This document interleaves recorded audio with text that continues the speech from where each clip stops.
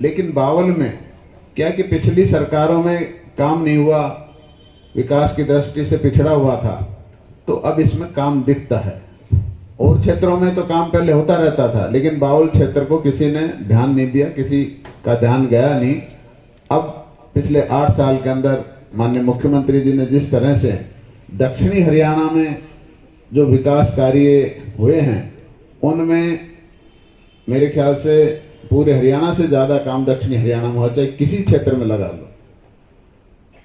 और पहले की सरकारों में जो विकास में भी भेदभाव होता था, नौकरियों में भी भेदभाव होता था, लेकिन जिस तरह से माननीय मुख्यमंत्री जी ने योग्यता के आधार पर नौकरियां देने का जो काम किया है, उससे ज्यादा फायदा दक्षिणी हरियाणा को हुआ है। क्योंकि हमारे जो बच्चे हैं वो पढ़ते लिखते हैं और पढ़ाई लिखाई करके वो आगे बढ़ते हैं। और पहले जो नौकरियां मिलती थी वो सिर्फ सिफारिश से या कोई और दूसरे तरीके से मिलती थी, लेकिन आज आप सब देख सकते हैं कि कई परिवारों में तो 2-2 बच्चे लग गए। जो गरीब आदमी उनके 2-2 बच्चे लग गए। अगर सिफारिश से लगते तो उनका परिवारों के बच्चों का कभी नंबर नहीं आता। तो देश के प्रधानमंत्री नरेंद्र भाई मोदी ने जिस तरह से जल जीवन मिशन की शुरुआत की और उस जल जीवन मिशन के तहत हर घर नल से जल जो पहुंचाने की जो मुहिम चली हुई है, उसके अंदर हरियाणा सबसे पहला राज्य है जिसने ये सुविधा को लोगों तक पहुंचाया है।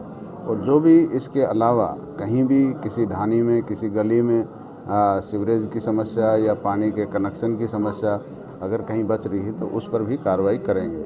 और उसके बाद आबादी बढ़ती है और जो हमारा जो दक्षिणी हरियाणा है वो टेल पर है, वहाँ पानी भी कम आता है, नहर भी कई दिन में आती हैं। तो उसको देखते हुए हम एडिशनल टैंक की भी व्यवस्था करेंगे। जिन गाँवों में ज़मीन उपलब्ध है उन गाँवों से ज़मीन लेकर के एडिशनल टैंक बनाएंगे ताकि पानी की कोई समस्या ना हो। देखो ऐसा है, एक कमेटी बनी थी और एक कमेटी डिसाइड करती है, उसकी सारी किसान की जो लागत होती है उसको कैलकुलेट करती है, उससे कितना बेनिफिट होता है, सारी चीज़ें कैलकुलेशन करने के बाद ये फैसला लिया जाता है। और उसके अंदर किसान भी प्रतिनिधि भी उसके अंदर मौजूद होते हैं। तो ऐसा नहीं है कि भाई ये कम बढ़ा है। और 10 रुपये काफ़ी मतलब फ़ायदा होता है किसान को, क्योंकि एक खेत के अंदर काफ़ी गन्ना पैदा होता है और किसानों को हज़ारों में फ़ायदा हुआ है। और अभी तो कल आपने जो आंदोलन कर रहे थे उन्होंने भी ये कहा कि भाई अब ठीक है, किसानों का जो दाम बढ़ा दिए गन्ने के, तो अब कोई हड़ताल नहीं करेंगे। और किसान जो मिल शुरू मतलब बंद हुई थी वो कल से शुरू भी हो गई हैं।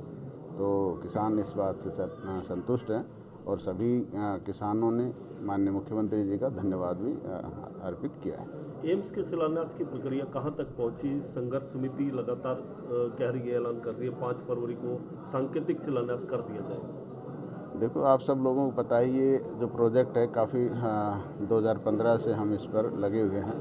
लेकिन जो शुरुआत में जो ज़मीन का एम्स के लिए जो ज़मीन मनीठी में दी थी वो ज़मीन फॉरेस्ट की थी और उसकी वजह से फॉरेस्ट ने जो ऑब्जर्वेशन लगाई थी और उसकी वजह से डिले हुआ। और ज़मीन हमने जैसे सरकार ने कहा था कि भाई हम इसको ख़रीद करके एम्स को देंगे, और उस ज़मीन के ख़रीदने में माजरा गांव वाले आगे आए और गांव वालों ने जो 200 एकड़ ज़मीन देने का वायदा किया और पोर्टल पे डाला भी।